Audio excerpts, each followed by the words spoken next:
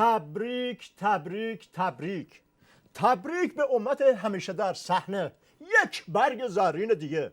حالا زرین نه ولی بزرگ دیگه خوردیم.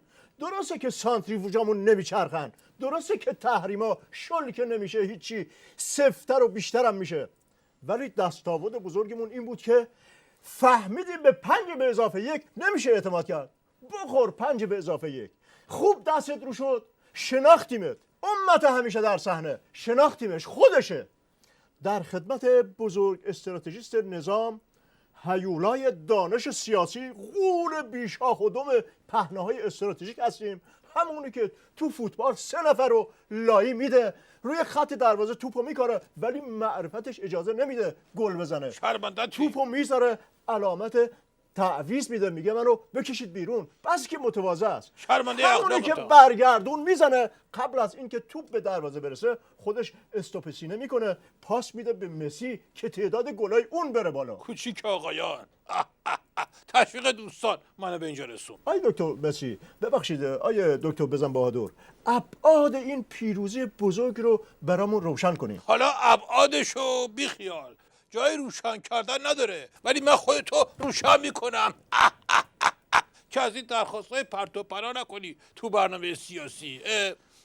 فکر کنم که تو هم تنت به تنه ظریف مشنگ خورده ظاهرا، که با دک و پوز صاف شده لبخندم میزد جلوی دوربین که وضعیت تا تیر ماه ادامه پیدا میکنه. آیا دکتر ما که این همه مذاکره کردیم و تحریما برداشته نشد، خب چند ماه هم روش، دیگه چرا میگین خود تو پوزمون؟ مرحوم ابوی همیشه میفرمودن بزن بهادر، عرض میکردم بله، میفرمودن که مشنگ رفت جلو یکی قلدری کرد، طرف بلندش کرد کوبید زمین عین گونی برنج تا میخورد زدش.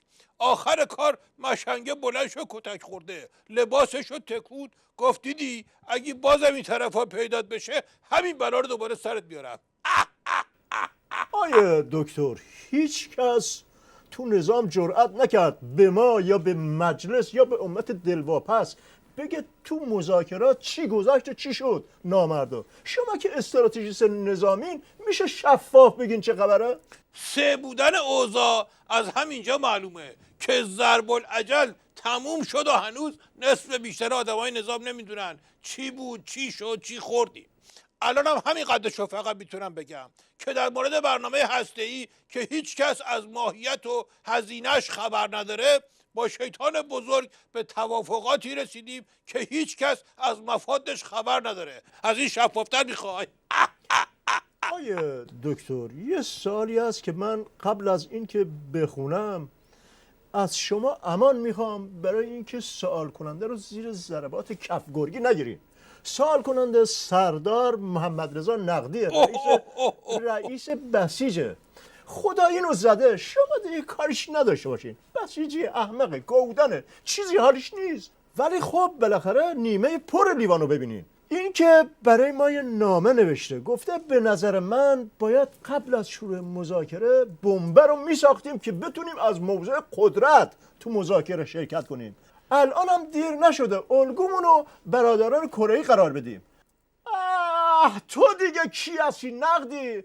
واقعا آی دکتر، من اون امانه که گفتم پس میگیرم. بزن فکیشو پیاده کن. آخه نقدی تو معلومه از کدوم طویله در رفتی گیر مقام عظما افتادی. سب کن بابا، ولش کن، امونش بده. بسیجیه، احمقه، کودنه، چیزی حالیش نیست. خدا اونو زده دیگه، منو تو نزدیمش. آی دکتر، اگه لقمان و ایوبم با این پدیده کار میکردن، ایوب صبرش رو از دست میداد، لقمان هم ادبش. خب حرفت درسته، ولی تو نه ایوب هستی نه لقمان. تو یه مجری بخت برگشته ای هستی که همینا برای سوال میفرستن. فکر کردی دیگه کی برای سوال میفرسته؟ نقدی مشنگ به جای امام که زهر خورد الان به کیم جونگ اون اقتدا میکنه. مشنگ تو قطار به بغل دستیش گفت ببخشید راست میگه شما کره‌ای هستین؟ طرف گفت نخیر. دوباره بعد چند دقیقه گفت ببخشید جان من شما کره‌ای نیستی؟ یارو گفت نه به جان شما نیستم. دوباره که پرسید یارو عصبانی شد، گفت چرا کره‌ای هستم، حالا دیگه چی میگی؟ مشنگه گفت خب پس چرا چشاتون اینطوری نیست؟ حالا اینم داره چش و چار مقام عظما رو میکشه کیم جونگ اونیش بکنه. بدبخت بیچاره. آیه دکتر، بعد از این مذاکرات وزن و ثقل رئیس جمهور توی نظام و تو نظر مقام عظما چجوری است؟ خیلی سربسته و استراتژیکی بهت میگم. مرحوم ابوی همیشه میفرمودن به بهادر، عرض میکردم بله، میفرمودن که پسر مشنگه میخواست وزن و ثقل خودشو پیش باباش چک بکنه. از بیرون تلفن عمومی زنگ زد خونه، صداش هم عوض کرد، گفت ما پسرتون رو دزدیدیم، 1,000,000 تومان بیاریم به این آدرسی که میدم وگرنه پسرتون رو میکشیم. بابای گفت 2,000,000 بهتون میدم، یه جوری بکشینش که طبیعی به نظر برسه. روشن شد یا همچین بذارم که طبیعی به نظر برسی. آیه دکتر، چرا مقام عظما این مذاکرات خفتبار رو رد نمیکنه؟ خود ایشون گفتن مذاکره بیخوده، آدم عاقل که نباید کار بیخود بکنه. پس چرا مقام عظما کاری میکنه که هیچ عاقلی نمیکنه؟ ممکنه ظاهرش این باشه که مقام عظما مغز چی خورده که این کارو میکنه، ولی باطنش هم همینه. تمدید یعنی دوباره اون گیلاس زهرماری ژنو و وین رو بندازه بالا. فهمیدی یا نه؟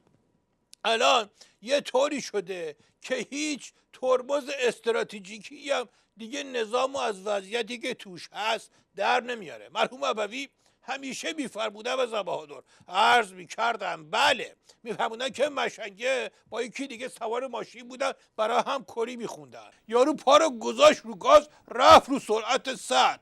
بهش گفت میترسی؟ مشنگه گفت نه. رفت رو 140. مشنگه گفت نمیترسم. رفت رو 180. مشنگه دید اوضاع ناجوره، گفت آره ترسیدم، بذار کنار. یارو گفت بفرما. 1-0.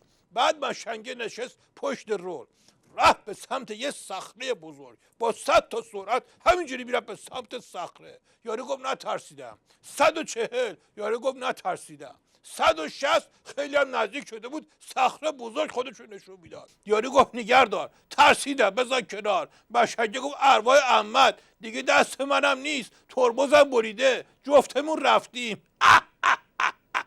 الان عظما توی یه همچین وضعیت درب و داغونیه. مرحوم ابوی همیشه یه تکه کلامی داشتن، میگفتن هنوز تو سربالایی گیر نکردی که دنب خر رو بگیری ماچ کنی، روشنه یا پت پت میکنی.